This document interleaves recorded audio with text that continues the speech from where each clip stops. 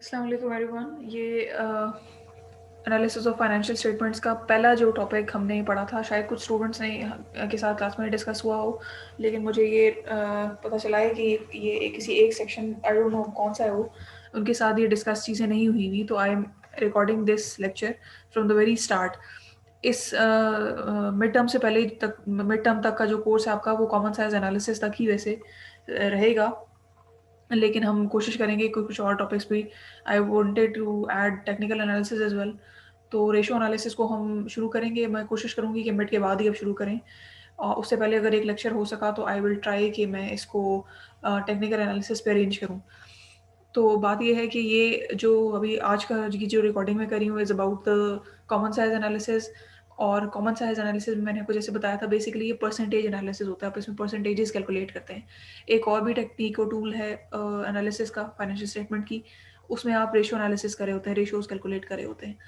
तो अभी जो कॉमन साइज एनालिसिस है, जिसमें हम परसेंटेजेस कैलकुलेट करते हैं, उसकी भी आगे दो टाइप्स हैं फर्दर। एक को बोलते हैं वर्टिकल एनालिसिस और एक को बोलते हैं आपका हॉरिजॉन्टल एनालिसिस। फिर वर्टिकल एनालिसिस में there are further two dimensions.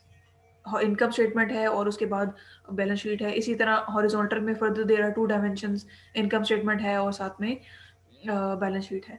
तो बात ये है कि अभी मैंने सबसे पहले टेकअप किया है इनकम स्टेटमेंट को।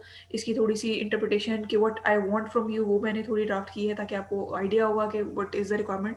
नॉर्मली जो मैंने नोट्स शेयर किए हैं उसमें ये नहीं थी चीज़, इनकम स्टेट, ये जो इंटरप्रिटेशन एंड मीनिंगफुल इनसाइट। और इकट्ठा ही इसमें दिया होता है, तो पता नहीं चलता कि किस तरह से उन्होंने इसको इंटरप्रेट किया हुआ है। तो जो एक्चुअल चीज़ है, इंटरप्रिटेशन है समथिंग डिफरेंट, और जो मीनिंगफुल इनसाइट है वो समथिंग डिफरेंट है। Meaningful insight is what is required from a financial expert. एक लेमैन में और फाइनेंशियल एक्सपर्ट में इसी मीनिंगफुल इनसाइट का फ़र्क होता है, ठीक है। तो ये चीज़ें हैं।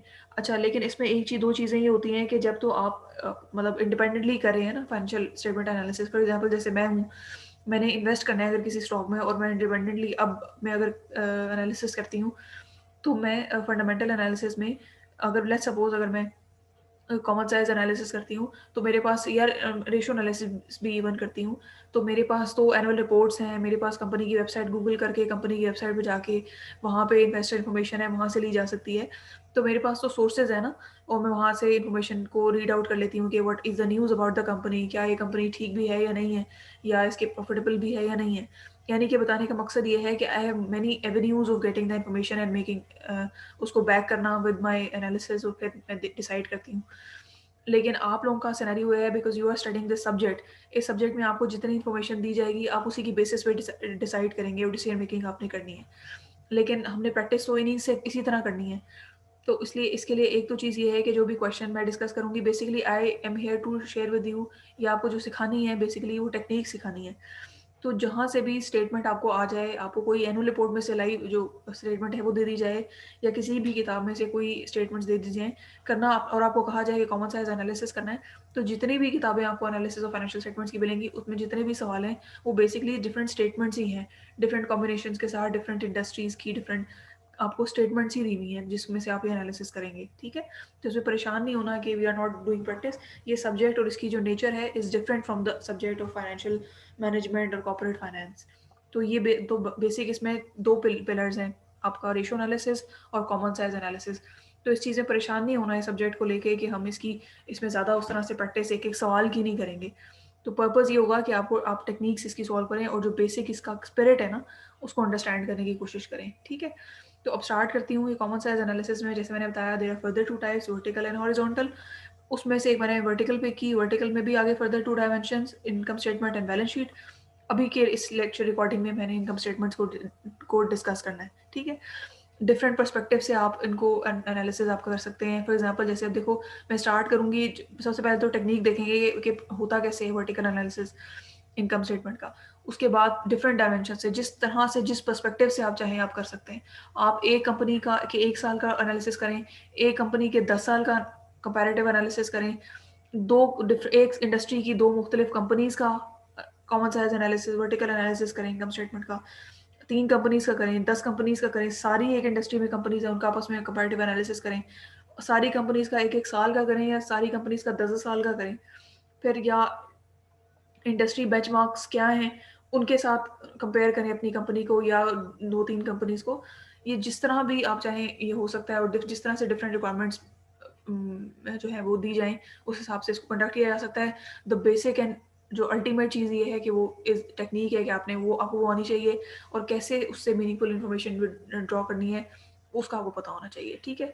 तो अभी आप स्टार्ट करते हैं इसकी इसकी जो कैलकुलेशन है वर्किंग। देखो, जब आप इनकम स्टेटमेंट का वर्टिकल एनालिसिस कर रहे होते हैं ना, वर्टिकल है ना, ठीक है? तो वर्टिकल यानी कि आपने इनकम स्टेटमेंट में जो आपकी रेवेन्यू है ना, आपकी जो सेल्स हैं बेसिकली, अच्छा इसने ये बेसिकली ये रेवेन्यूज़ हैं, ठीक है? ये जो रेवेन्यू यहाँ पे लिखा है ना इसने, ये बेसिकली ये हैं।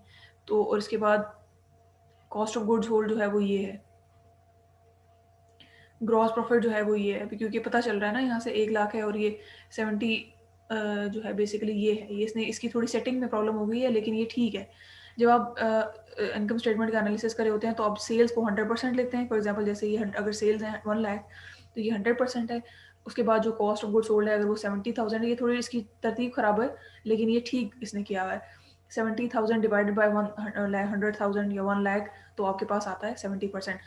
रेवेन्यू को रेवेन्यू से डिवाइड करेंगे, 100,000 डिवाइड बाय 100,000 मल्टीप्लाई बाय 100, तो ये 100% होगा, ठीक है? हर एक एलिमेंट को, आइटम को 30,000 डिवाइड बाय 100,000 तो 30% है, 10% है, इसी तरह 3% है, 2% है, 15% है, इसी तरह ये सारी चीज़ें आती जा रही हैं, ठीक है? ऑपरेटिंग एक्सपेंस में बेसिकली कुछ नहीं आता। ऑपरेटिंग एक्सपेंस की हेडिंग के अंदर ये चीज़ें आती हैं, और तो टोटल तो ये है। लेकिन ऑपरेटिंग इस वाली हेडिंग में कुछ भी नहीं आता, बिकॉज़ इसका ब्रेकअप ये 3 चीज़ें दी हुई हैं, रिसर्च, R&D, एडवर्टाइजिंग और जनरल एडमिनिस्ट्रेटिव एक्सपेंसेस। इसके बाद ये टोटल हुआ 15,000, उसका आपने 15 डिवाइड बाय 1000 डिवाइड बाय 100,000, तो वो आपका 15% आ गया। उसके बाद देखें आप, जैसे अब ये ईवीआईटी है, 13% हो गया।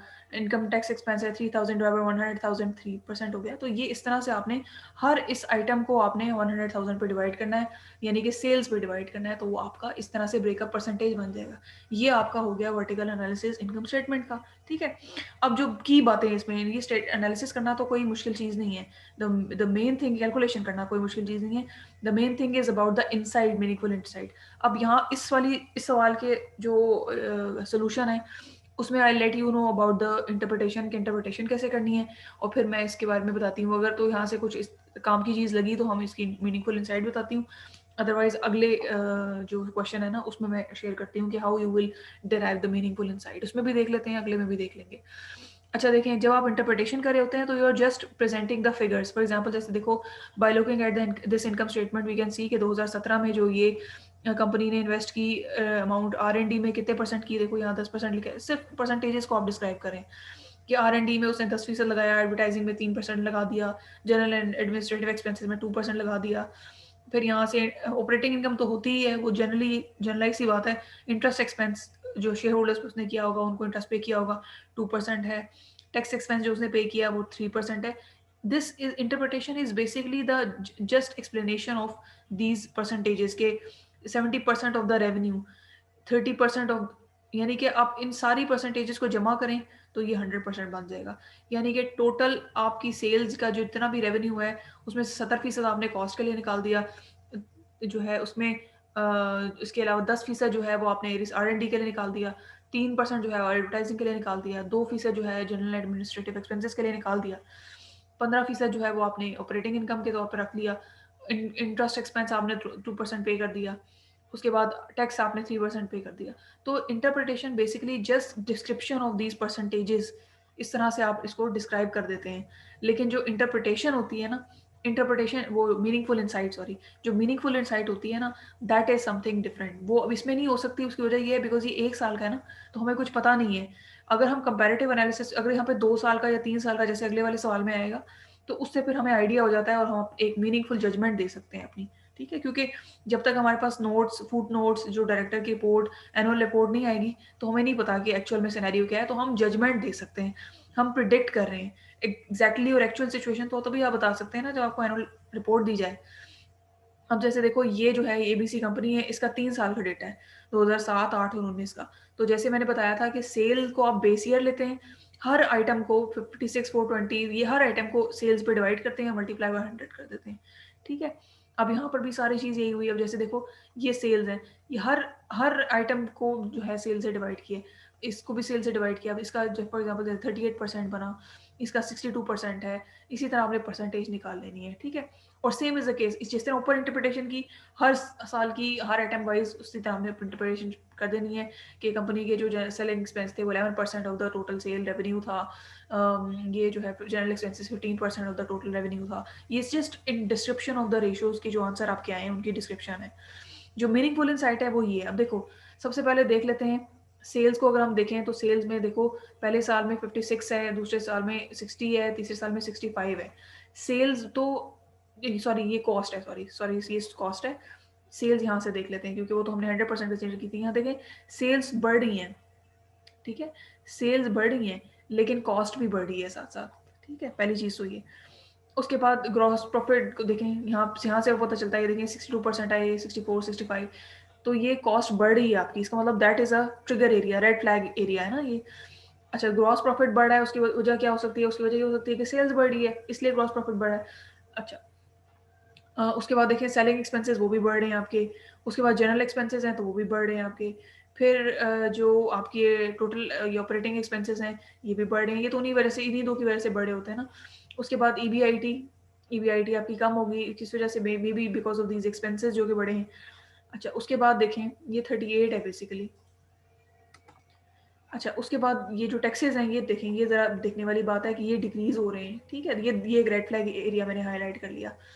अच्छा, अब इंटरप्रिटेशन तो मैंने बता दी कि जैसे डिस्क्रिप्शन ऑफ दीज आंसर्स, जो रेशियोज आपने कैलकुलेट, ये जो परसेंटेजेस आपने कैलकुलेट किए। अब मीनिंगफुल इनसाइड में देखो, the percentage analysis of company 3 साल का हमें बताता है कि जो कॉस्ट ऑफ गुड सोल्ड है वो इंक्रीज करी है ना। हमें परसेंटेज एनालिसिस से पता चल रहा है, पहले साल में 62 थी, दूसरे साल में 64 है, तीसरे साल में 65 है। तो अब इसके दो इम्प्लीकेशन हो सकते हैं। पहली चीज़ तो ये हो सकती है कि सेल जो है वो कंपनी की डिक्रीजिंग है, वो उसकी वजह ये हो सकती है, सेल्स क्यों कम हो सकती है कि इन्वेंट्री नहीं सेल हो रही, इन्वेंट्री सेल नहीं हो रही, जाहिर है माल गोदाम में पड़ा हुआ है लेकिन वो बिक नहीं रहा। ये मैंने प्रिडिक्शन की है ना एक, मुझे एग्जैक्टली तो नहीं पता, लेकिन देखो ऊपर हमें ये चीज़ देख के आए हैं अभी कि सेल्स वाला कोई चक्कर नहीं है, मतलब, लेकिन मैंने उनको प्रोबेबल रीजंस बताई हैं कि सेल्स डिक्रीज हो सकती है, लेकिन यहाँ पर तो इंक्रीज है। इसका मतलब पहली जो इम्प्लीकेशन जो मैंने जजमेंट दी है वो रिजेक्ट है। दूसरी मैं ये कह रही हूँ कि जो पहले इस चीज़ को कंफर्म करें कि क्या सेल्स डिक्रीज हो रही हैं या क्या इन्वेंट्री भी डिक्रीज हो रही है। तो ये जो इन्वेंट्री डिक्लाइन है ये तो आपको बैलेंस शीट से कंफर्म होगा, ये मैंने उनको बता दिया, जजमेंट एक प्रिडिक्शन।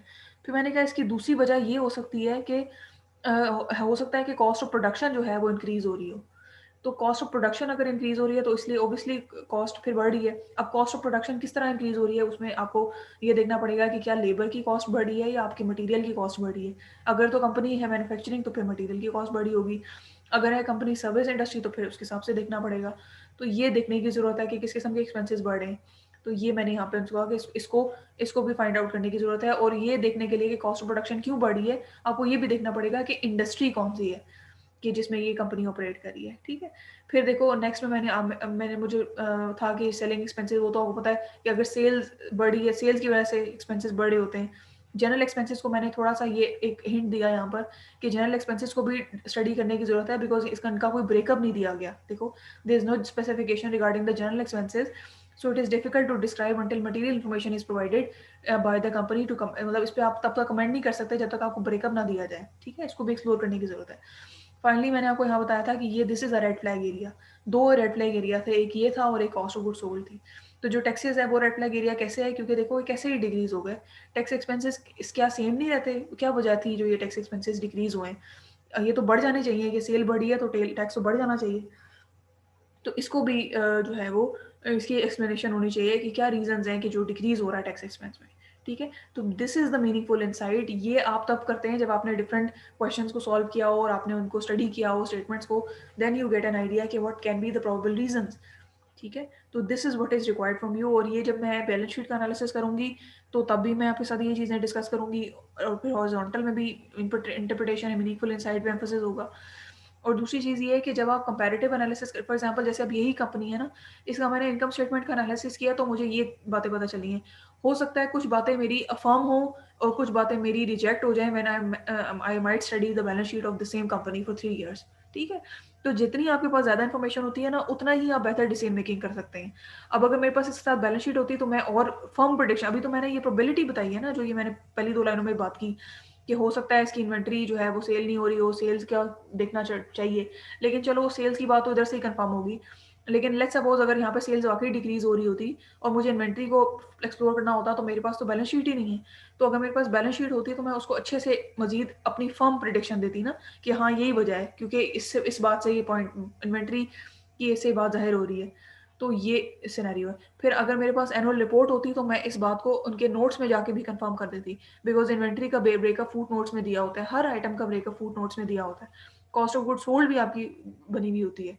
तो इस जितनी आपके पास ज़्यादा इन्फॉर्मेशन होती है, बताने का मकसद ये है कि आप उतना ही बेहतर डिसीजन मेकिंग करते हैं।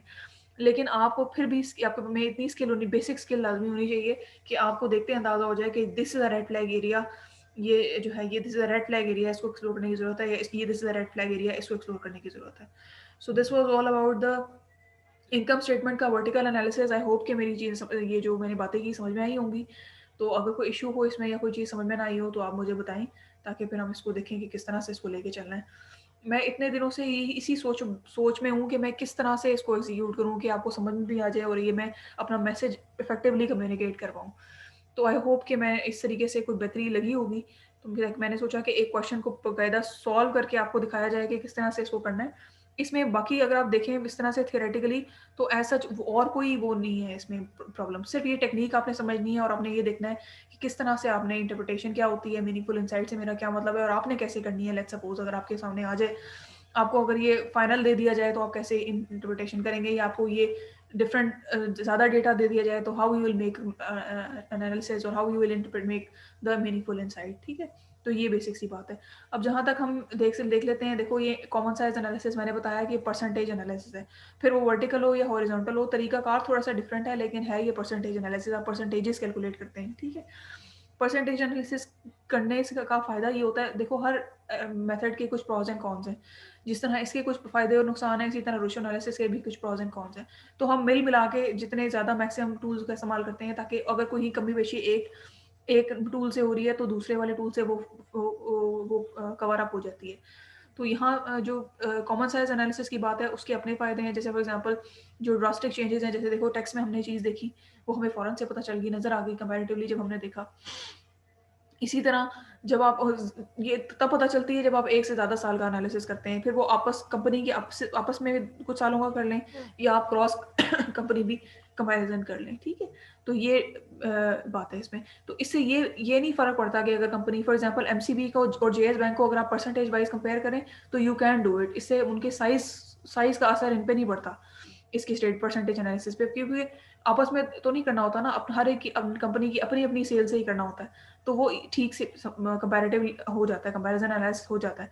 लेकिन जहाँ तक रेशियो की बात है, तो रेशियो में आपको साइज़ का भी ध्यान रखना होता है, क्योंकि रेशियो साइज़ को कंसीडर करती है, मतलब उसमें इसका इम्पैक्ट भी आ जाता है। तो जो हम करेंगे वो तो उस वक़्त I will discuss that point.